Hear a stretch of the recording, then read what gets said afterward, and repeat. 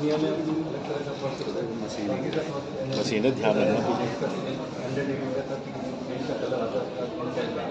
दुनिया का अनोखा प्रोसेस है। इसमें आपने तो सब यूज अब हमने इसमें अपना कन्वेंशन स्ट्रैटेजी यूज करते हैं। आप लोग सर हमारा तो पेटेंट इंस्टॉलमेंट है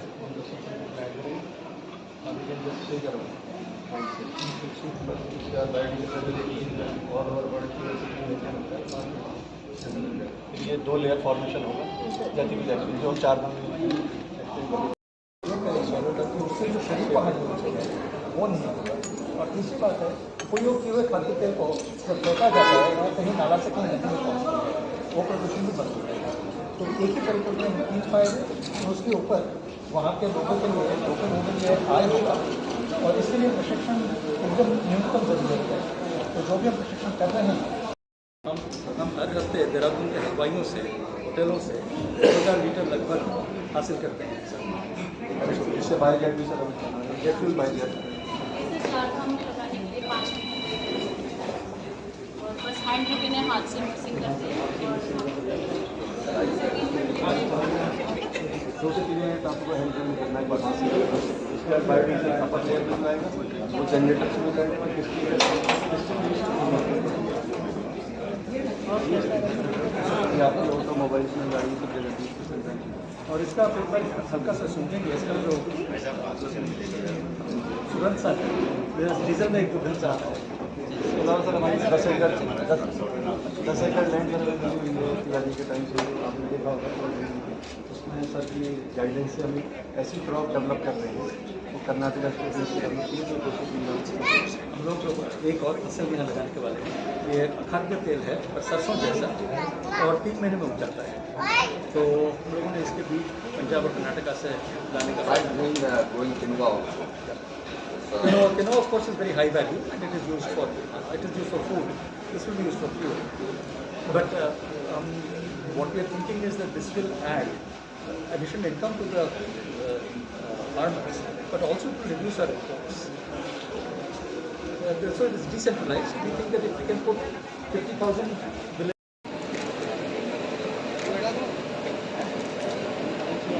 सांसद उत्तराखंड अध्यापक सत्येंद्र चंद्र गुड़िया इंस्टीट्यूट ऑफ मैनेजमेंट उन्होंने हमारे आमंत्रण को सम्मान दिया। ये उनकी महानता है और पापा के साथ जो उनके मधुर और आत्मीय और बहुत ही ज़्यादा निकट संबंध रहे हैं उनकी मर्यादा रखते हुए मेरी माता के आग्रह को उन्होंने स्वीकार किया। इसके लिए सर आपका बहुत बहुत स्वागत। आप स्वयं में इतनी महान शख्सियत हैं, आप राजनीतिज्ञ हैं, आप समाज सेवक हैं, आप आध्यात्मिक गुरु हैं। एक विश्वविख्यात हस्ती को अपने कैंपस में पाकर हम बहुत ही धन्य हैं और आपका बार बार स्वागत करते हैं सर। साथ ही मैं स्वागत करती हूँ पूर्व खासकर सतपाल महाराज जी। समय में 5 मिनट नहीं लूँगा क्योंकि समय अभी बहुत बोल रहे हैं।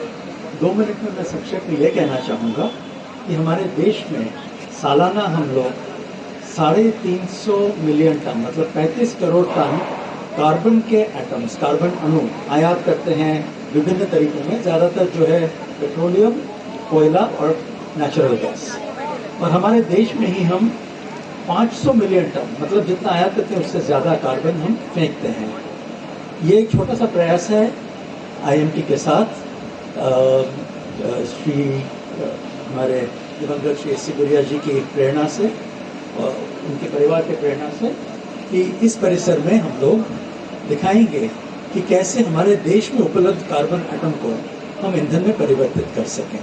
इसके लिए हम उम्मीद रख रहे हैं कि लगभग 10 एकड़ ज़मीन पे एक फसल उगेगा जिसके बीज के तेल से ईंधन बनेगा और इसके कैंटीन से यहाँ के आसपास के हलवाइयों के ढाबाओं से तेल अपशिष्ट तेल लेके हम दिखाएंगे कि चारधाम यात्रा में भी ठीक ऐसे ही हम लोग आत्मनिर्भर कर सकते हैं देश को। मतलब डीजल की जगह बायोडीजल 7, 8, 10 साल में हम उम्मीद रखते हैं कि 50,000 बायोडीजल यूनिट देश में लगेंगे और ये 50,000 यूनिट का जो सम्मिलित उत्पादन होगा एक मथुरा रिफाइनरी के डीजल का समान होगा।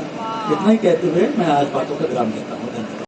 के मंत्रिमंडल में उद्योग, सिंचाई एवं गन्ना मंत्री रहे स्वर्गीय सत्येंद्र चंद्र गुड़िया जी की 12वीं पुण्यतिथि और आज हम उनका स्मरण कर रहे हैं। गुड़िया जी स्वयं अपने आप में खिलखिलाते व्यक्तित्व थे। उनकी हंसी आज भी हमारे कानों में गूंजती है और बड़ी से बड़ी गहन समस्या को भी वो हंस करके उसका निदान करते थे।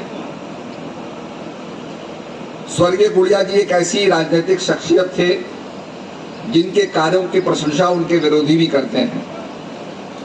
उन्होंने कभी भी राजनीतिक ताकत का दुरुपयोग नहीं किया। काशीपुर क्षेत्र में जो विकास दिखाई दे रहा है ये उनकी देन है।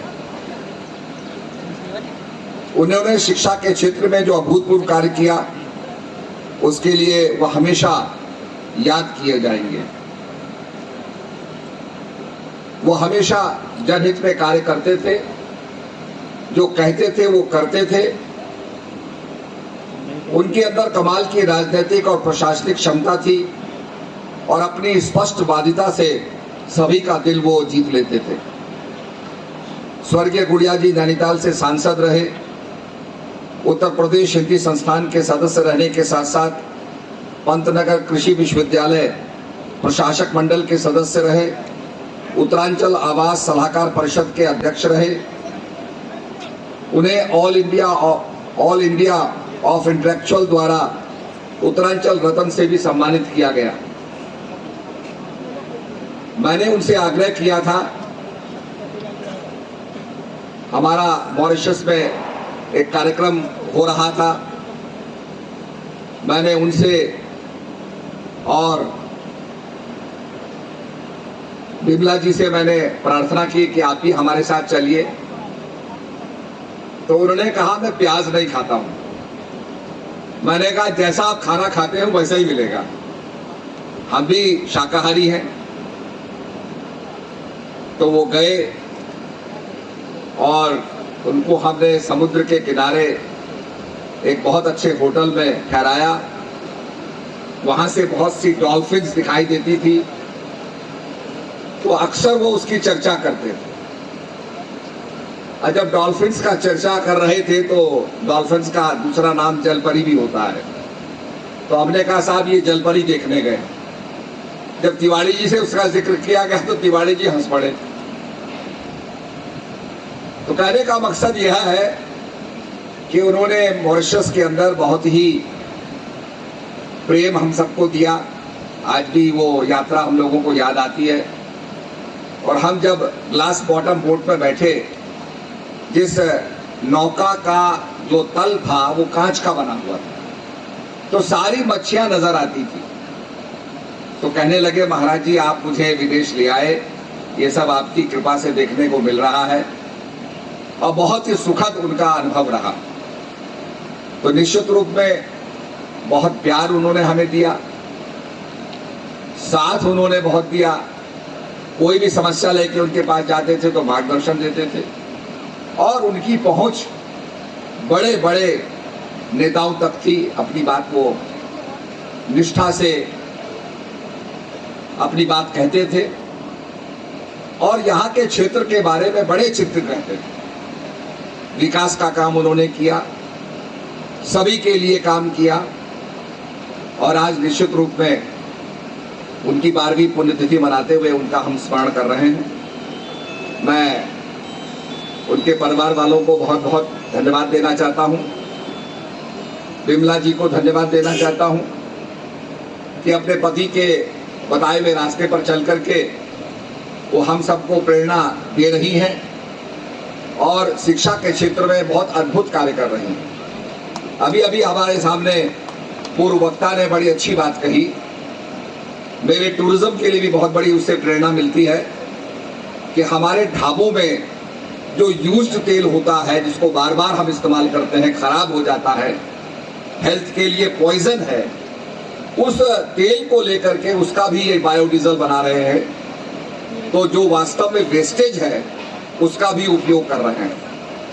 आज की ऐसी टेक्नोलॉजी आ गई है कि हम सॉलिड वेस्ट को वेपराइज करके हाई टेम्परेचर में वेपराइज करके उससे इलेक्ट्रिसिटी बना सकते हैं, उससे वाटर वेपर्स बना सकते हैं, जिसको कंडेंस करके हम पानी बना सकते हैं। पर आज इसकी आवश्यकता है कि उसके लिए नोडल एजेंसी होनी चाहिए कि जो हमारी सीवेज है, हमारा सॉलिड वेस्ट है, इसका सिस्टमेटिकली अभी डिस्पोजल हमने नहीं सोचा है। आप विदेश में जाइए, आपको 2 थैले मिलेंगे, एक रिसाइक्लेबल, एक अनरिसाइक्लेबल, जिसको आप दोबारा रिसाइकिल कर सकते हैं, अपना सामान उसमें डाल दीजिए, जो नहीं हो सकता है उसको दूसरे में डाल दीजिए। उनकी गाड़ी आती है और गाड़ी वो थैले ले लेती है।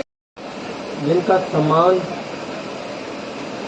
पूरे उत्तराखंड नहीं बल्कि पूरे भारत में, जिनकी पहचान